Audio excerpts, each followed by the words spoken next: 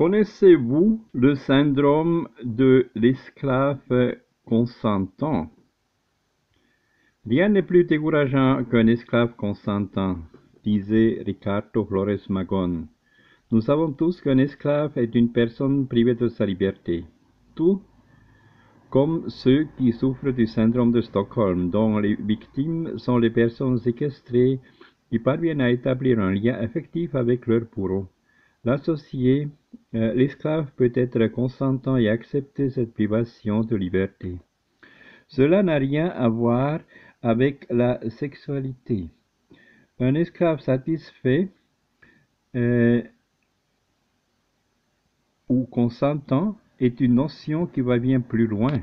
Voulez-vous en savoir plus sur ce syndrome des chaînes mentales? Lorsqu'on parle d'esclavage, tout le monde pense à une époque révolue. Mais en êtes-vous bien sûr? Un esclave consentant est piégé par de nombreuses chaînes mentales. Cela rend donc sa rébellion difficile, car ces chaînes sont dans son propre esprit et font partie de lui. L'esclavage a changé de forme. Aujourd'hui, il est plus subtil à tel point que vous pourriez être esclave consentant sans même vous en rendre compte. Voici le véritable mystère que nous allons dévoiler.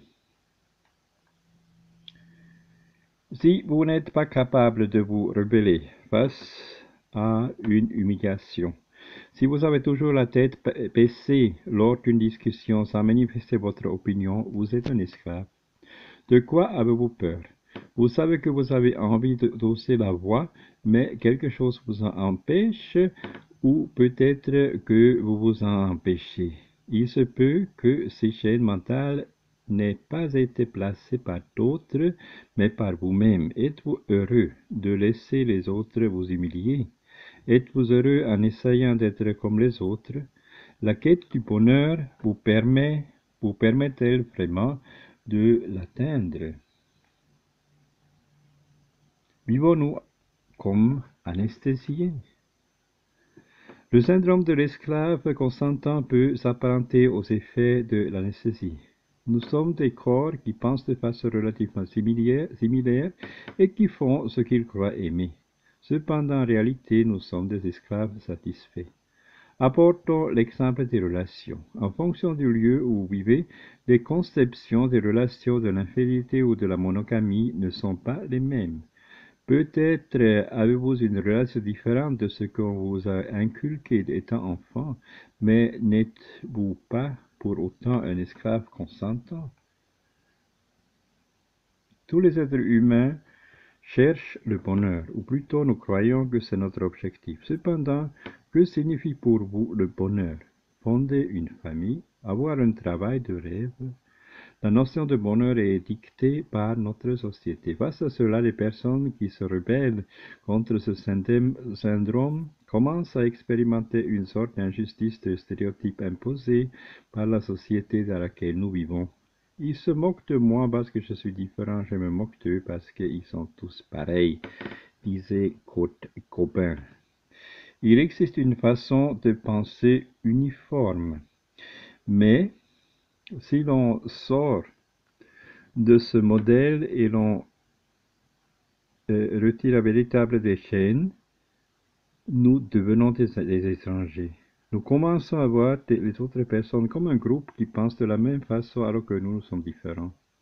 Vous vous rappelez que ces chaussures que vous détestiez mais que vous portez aujourd'hui, la publicité, la mode et la société vous obligent à faire preuve de soumission.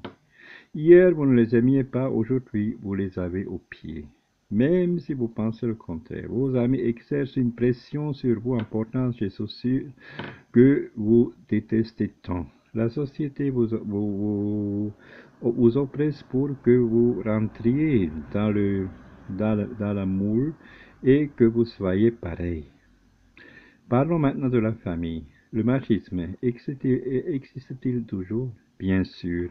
En effet, si vous ne parvenez pas à rebeller face à cela et que vous cédez, vous accepterez ce traitement machiste dans votre foyer et vous le reproduirez sans vous en rendre compte dans vos relations futures. Ainsi, de nos jours, de nombreuses choses auraient dû rester dans le passé. C'est pour cela que ces personnes sont si incohérentes. Elles ne se rendent pas compte qu'elles reproduisent des choses qu'auparavant elles critiquaient ou rejetaient. Cela ressemble à cette histoire de chaussures, n'est-ce pas? Il est très difficile d'essayer d'être soi-même. Il semble que nous soyons tous marqués du même moule et que si l'on en éloigne, on devienne une extraterrestre. La frustration, le pessimisme et la dépression peuvent prendre là-dessus sur vous. Vous ne pouvez pas changer le reste, mais vous pouvez vous changer vous-même.